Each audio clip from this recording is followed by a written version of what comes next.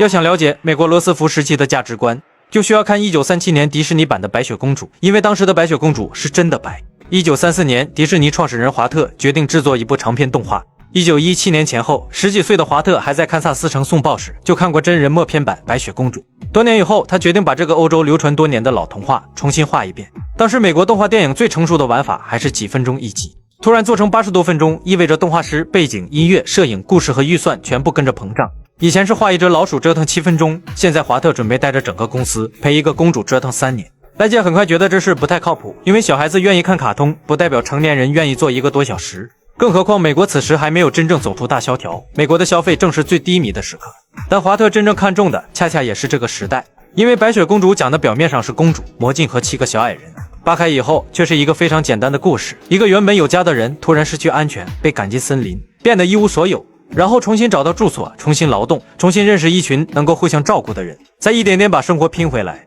这种故事放在1930年代的美国，突然有了一种很现实的味道。因为那几年太多人都经历过同样的事情，但华特面对的第一个问题不是怎么画，而是原版白雪公主其实根本没那么适合全家观看。这个故事来自欧洲民间传说，后来被格林兄弟收入童话集。格林兄弟笔下的版本整体气质更接近，孩子睡前说想听童话，德国人给他上了一份心理素质训练教材。首先，最早的1812年版里，嫉妒白雪公主的甚至不是继母，是亲生母亲。后来格林兄弟自己大概也觉得这对家庭教育冲击有点大，1819年以后才改成母亲生下白雪公主后去世，父亲另娶王后。迪士尼沿用了后来的恶毒继母版本。在后来最常见的1857年版本中，魔镜第一次宣布白雪公主比王后更美时，她只有7岁，而真正被华特彻底重做的是7个小矮人。原故事里他们主要是7个帮助白雪公主的人，到了迪士尼这里，他们每个人都有了自己的名字、脾气和动作。有人爱生气，有人爱睡觉，有人害羞，有人一天到晚打喷嚏。华特要求动画师做到，哪怕把声音关掉，只看一个人怎么走路，观众也应该知道他是谁。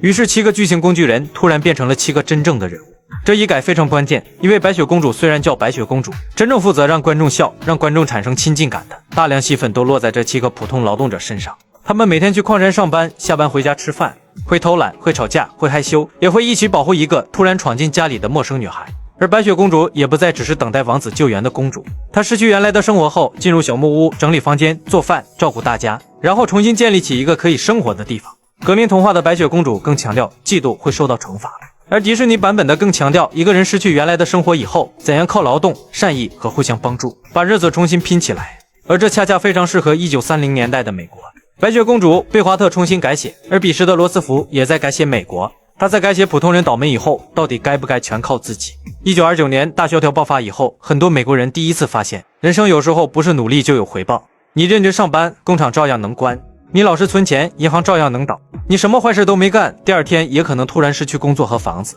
到1932年，美国大约1/4的劳动者失业，这时候再告诉一个失业工人、年轻人，只要努力就会成功，真的分分钟把你挂路灯。1933年，罗斯福上台，新政开始扩大政府在经济和社会安全中的责任，引发要重新整顿，失业的人需要工作。1935年以后，又陆续出现社会保障、工会保护以及大规模公共就业项目。罗斯福时代一个很重要的变化，就是美国开始重新回答，当普通人遇到自己根本扛不住的风险时，不能永远只告诉他你自己想办法。罗斯福给出的答案是偏制度、工作机会、银行改革、劳动保障、社会安全网。华特给出的答案偏人格、劳动、善良、互助、乐观。还有一句特别迪士尼的话，别因为现在在森林里，就以为故事只能写到这里。白雪公主制作持续3年，超过750名艺术家参与，成本最终涨到约140万美元。迪士尼甚至要靠不断向银行融资才能完成，这在大萧条时期可以说是一场豪赌。1937年12月21日，白雪公主在洛杉矶首映，随后全面上映，结果远超预期，影片首轮全球收入大约850万美元，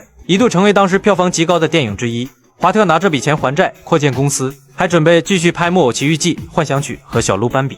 1939年，奥斯卡甚至专门给他做了一套特别奖杯，一座正常大小的奥斯卡旁边站着7座小的。这次成功让华特由此得到一个非常危险的经验，只要作品足够好，贵一点好像也没关系。于是他继续加人、加技术、加预算。迪士尼刚刚从动画公司变成了一家真正的电影公司。可就在1939年，欧洲战争爆发，这对迪士尼不是遥远的国际新闻，它意味着大片海外市场开始受阻。华特能控制角色怎么走，能控制音乐什么时候响，却控制不了电影院所在的国家会不会突然打起来。更大的变化还在后面。到了1941年，罗斯福政府开始把迪士尼当成一种特殊的力量，不是因为米奇会打仗，而是因为华特有一种政府非常需要的能力，他能把复杂的事情讲到普通人一眼就懂。很快，迪士尼的画师将走出童话，唐老鸭也不再只负责发脾气，战争会把这家造梦公司拖进一个完全不同的世界。